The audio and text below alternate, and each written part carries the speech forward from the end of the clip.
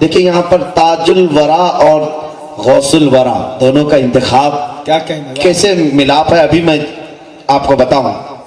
اولیاء کی ایک خاص عادت یہ ہے دم زدن میں یہ ادھر سے ادھر ہوں ادھر سے ادھر ہوں. کیا جہاں میں اہل ایمان مثل خورشید جیتے ہیں ادھر ڈوبے ادھر نکلے ادھر ڈوبے ادھر نکلے. اللہ ان کی حالتیں ہیں.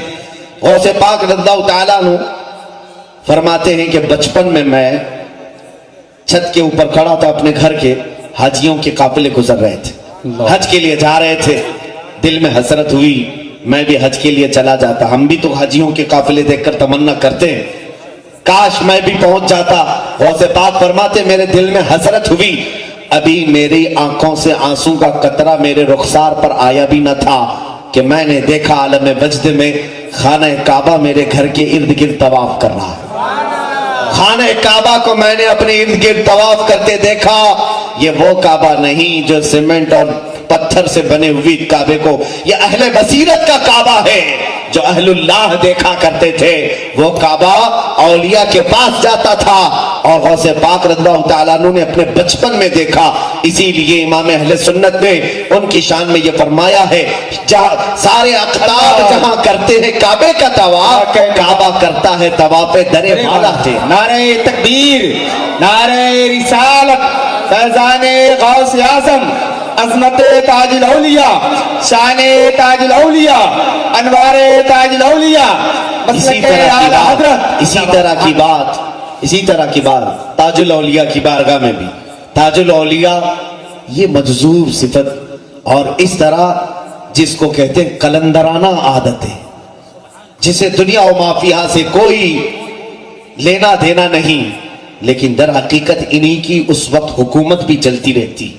حکومتوں سے بے نیاز لیکن حکومتیں بانٹنے والے یہی. بے شک ان کی عادتیں ایسی.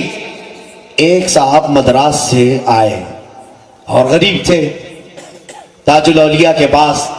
میں نے پڑھا کافی پہلے ہی. آ کر کے کہا کہ حضور حج پہ جانا ہے.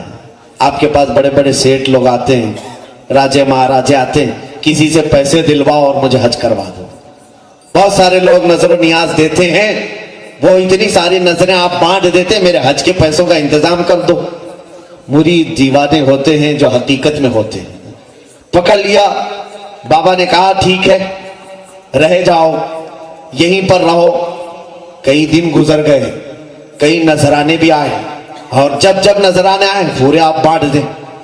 وہ صاحب کہتے ہیں میں دیکھتا رہا موٹے موٹے پیسے والے سارے چیزیں آئے سب غربا مساکین میں بانٹ دیتے. میرے ایک کا حج کرا دے تو بابا کو کیا ہوگا کیا کمی ہوگی. حج کا مہینہ آ گیا بلکہ فرماتے ہیں وہ صاحب فرماتے حج کا مہینہ شروع ہوا سارے حاجی جا چکے تھے. اب حج کے دن بھی شروع ہوئے میں تو مایوس ہوا اب کیا پہنچائیں. لیکن جو کلندر کا کلندر ہوتا ہے وہ یقین ان کلندروں پر رکھتا بھی ہے. اس کے بعد وہ قدم پکڑتے اور کہتے ہیں اس سال کا حج تو چلا گیا اگلے سال آپ پکا وعدہ کریں کہ مجھے بھیجیں گے. تاج الدین بابا رحمت اللہ تعالی علیہ مسکرائے اور اس کی پیٹھ پر ایک زوردار تھپڑ رسید کیا. پیٹھ پر مارا آنکھ بند ہو گئی. فرماتے ہیں ایک نیم کے درخت کے نیچے میں بیٹھا تھا اچانک میں دیکھتا ہوں کہ میں عرفات کے میدان میں پہنچا ہوں. عرفات کے میدان میں پہنچا ہوں سارے حاجی احرام میں ہیں میں احرام کے حالت میں ہوں. حج کے ارکان میں ادا کر رہا ہوں تلبیہ پڑھا کنکریاں مارا طواف کیا اور پھر میں نے جو ارکان حج تھے پورے ادا کیا. یہاں تک کہ سارے حاجی واپس آنے لگے. اس میں پتہ نہیں کتنا عرصہ بیت گیا. دل بھر کر کے میں نے طواف کعبہ کیا دل بھر کر کے زمزم پیا ساری چیزیں کیا اور اس کے بعد زمانہ بیتنے لگا. اچانک بابا تاج الدین رحمت اللہ تعالی علیہ میرے پاس آئے اور پھر سے ایک تھپڑ رسید کیا.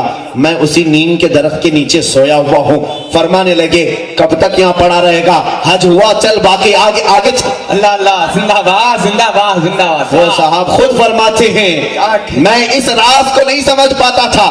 میں تو سوچتا تھا کہ کوئی نذرانے والا مجھے حج کو پہنچا دے لیکن ان اولیاء کو نہ مال کی ضرورت ہے نہ نذرانوں کی ضرورت ہے. ان کی نظر ہی اتنی کافی ہے کہ ناگپور میں بیٹھے تو خانہ کعبہ تک بھی پہنچے. زندہ باد حق ہے. یہ تاج الورا اور وہ تاج الاولیاء، یہ تاج الاولیاء اور وہ غوث الورا، یہ اولیاء کاملین کے مقامات ہیں میرے عزیزوں.